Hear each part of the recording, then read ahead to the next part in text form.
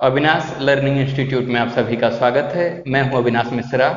SP का जो first chapter है जिसका नाम है इंट्रोडक्शन टू कॉर्पोरेट फाइनेंस, उसका ये 7th लेक्चर है। बाकी वीडियो का लिंक आपको नीचे डिस्क्रिप्शन में मिल जाएगा, आप वहां से वीडियो देख सकते हैं।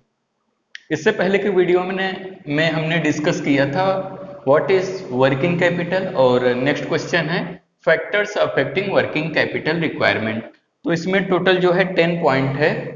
इस वीडियो में मैंने 5 पॉइंट एक्सप्लेन किया है, बाकी जो रिमेनिंग 5 पॉइंट रहेगा वो अगले वीडियो में मैं क्या करूंगा, एक्सप्लेन करूंगा। उसके बाद ये चैप्टर कंप्लीट हो जाएगा। एक इम्पोर्टेंट बात आपको बतानी है, जब मैं एसपी स्टार्ट किया पढ़ाना तो मैं एक रिवीजन के लिए पढ़ा रहा था कि मतलब जो बच्चे क्लासेस जाते होंगे या कॉलेज जाते होंगे तो मेरा वीडियो देखने के बाद उनको रिवीजन मिलेगा। लेकिन कमेंट से पता चला कि कुछ बच्चे क्लासेस वगैरह नहीं जा रहे हैं, वो कॉलेज जा रहे हैं और घर पे ही पढ़ाई कर रहे हैं। तो जब मैं सेकंड चैप्टर स्टार्ट करूंगा तो सेकंड चैप्टर से जो आपका लेक्चर रहेगा मैं और डीप में पढ़ाऊंगा, जो बच्चे क्लासेस वगैरह नहीं जाते हैं, ताकि वो अच्छे से सीख सकें। तो मैं जल्द ही क्या करूंगा, सेकंड जो चैप्टर है उसको स्टार्ट करूंगा और एकदम डीप में आपको पढ़ाऊंगा, ठीक है। तो अगर अभी तक मेरे इस चैनल को आपने सब्सक्राइब नहीं किया तो सब्सक्राइब कर लीजिए। चलो स्टार्ट करते हैं। Factors affecting working capital requirement, यानी कि वर्किंग कैपिटल का रिक्वायरमेंट बिजनेस में कब ज्यादा रहेगा और कब कम रहेगा। ऐसे कौन कौन से फैक्टर हैं जहां पे वर्किंग कैपिटल का रिक्वायरमेंट कम होता है या ज्यादा होता है, इसको हम समझते हैं। यहाँ पे देखिए नेचर ऑफ बिजनेस, नेचर यानी कि टाइप ऑफ बिजनेस, ठीक है, तो इसको हम समझते हैं। फर्म्स, फर्म्स यानी कि बिजनेस, हाँ, firms engage in manufacturing essential products of daily consumption would need relatively less working capital as there would be constant and sufficient cash inflow in the firm to take care of the liabilities। जो manufacturing companies होती हैं जो daily चीजें manufacturing करती हैं, जो daily consumption, daily consumption यानी कि ऐसे प्रोडक्ट जो डेली यूज होता है, जो इसेंशियल होता है, इसेंशियल यानी कि जो जरूरी होता है, और क्या होता है जो डेली कंज्यूम होता है। इसमें कौन कौन सा प्रोडक्ट आता है, जैसे मिल्क वगैरह हो गया, तो ये सब डेली यूज होता है ना। तो ऐसे मैन्युफैक्चरिंग कंपनी जो क्या करती है, डेली कंजम्पशन प्रोडक्ट बनाती है, उनको जो वर्किंग कैपिटल का रिक्वायरमेंट होता है वो कम होता है। क्यों कम होता है? क्योंकि कांस्टेंट, कांस्टेंट यानी कंटिन्यू, लगातार, सफिशिएंट कैश इनफ्लो, उनके पास हमेशा पैसा आता रहता है। जिस बिजनेस में पैसा आता रहता है उनको वर्किंग कैपिटल की रिक्वायरमेंट जो होती है कम हो जाती है। इसीलिए जो मैन्युफैक्चरिंग कंपनी है जो इसेंशियल प्रोडक्ट बनाती है, जो डेली कंज्यूम किया जाता है, डेली खाया जाता है, ऐसे बिजनेस को जो वर्किंग कैपिटल की रिक्वायरमेंट होती है थोड़ा सा कम होती है, ठीक है। क्यों? क्योंकि उनके पास कैश इनफ्लो यानी पैसा आता रहता है बिजनेस में। किसके लिए? जो लाइबिलिटीज होती हैं, जो कर्जे होते हैं, उसको लोग मेंटेन कर पाते हैं। क्लियर हुआ? Likewise, public utility concern have to maintain small working capital। अभी जो पब्लिक यूटिलिटी सर्विस होती है, पब्लिक यूटिलिटी यानी कि जैसे कि ट्रांसपोर्ट हो गया, इलेक्ट्रिसिटी हो गया, तो ट्रांसपोर्ट वगैरह में होता क्या है, जैसे कि एक कस्टमर आपने छोड़ा, जो भी थे उनको छोड़ने के बाद पैसा तुरंत मिल जाता है। ऐसे बिजनेस में होता क्या है, उनको वर्किंग कैपिटल की रिक्वायरमेंट कम हो जाती है। समझ में आ गया? जो पब्लिक यूटिलिटी सर्विसेज हैं, पब्लिक यूटिलिटी सर्विस यानी कि जैसे कि आपका ट्रांसपोर्ट सिस्टम हो गया और आपका इलेक्ट्रिसिटी सिस्टम हो गया, तो ये सब में क्या होता है, पैसा आता रहता है। जिस बिजनेस में कैश आता रहता है उनको जो होता है वर्किंग कैपिटल का रिक्वायरमेंट कम हो जाता है, ठीक है। क्यों इनको कम होता है पब्लिक यूटिलिटी सर्विस को? देखो, because of the continuous flow of cash from there customer.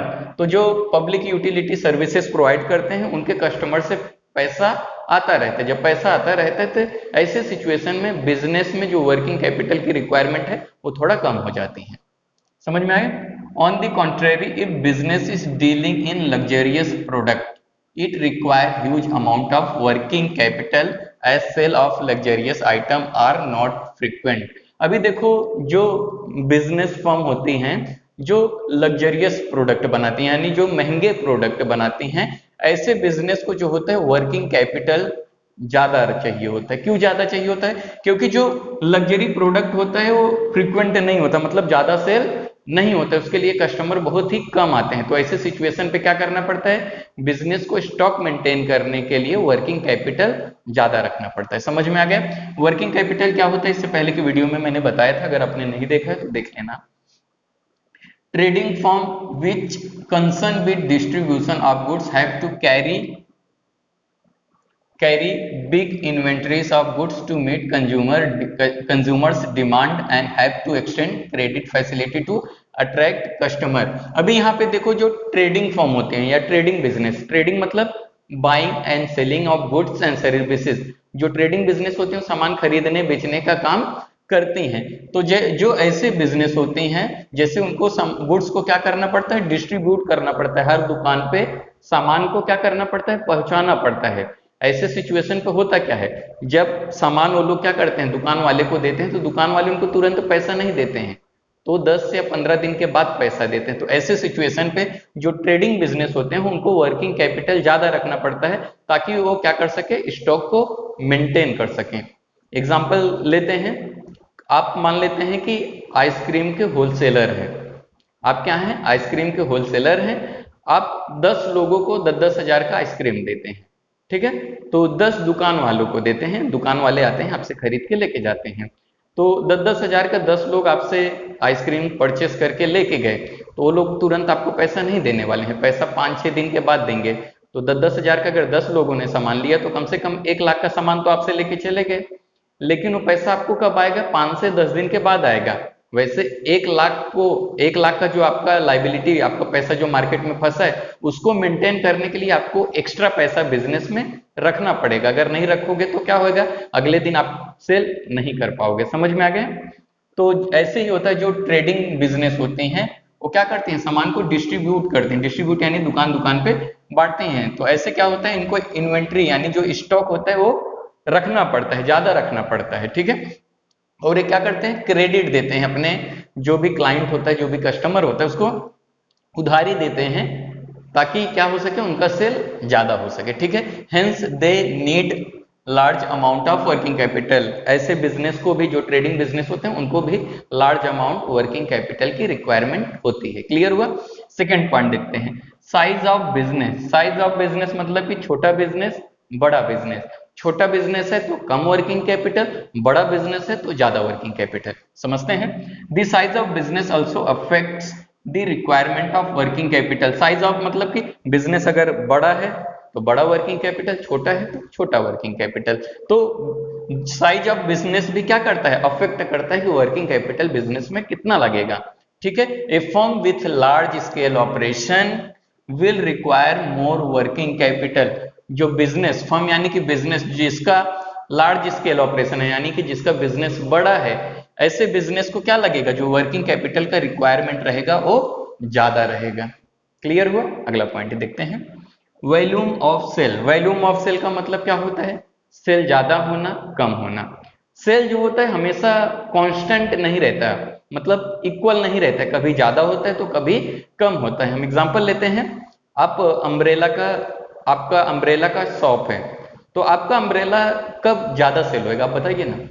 जब रेनी सीजन आएगा, है ना, जब बारिश आएगा तो आपका अम्ब्रेला ज्यादा सेल होएगा, और ठंडियों में आपका अम्ब्रेला क्या हो जाएगा, कम सेल होएगा।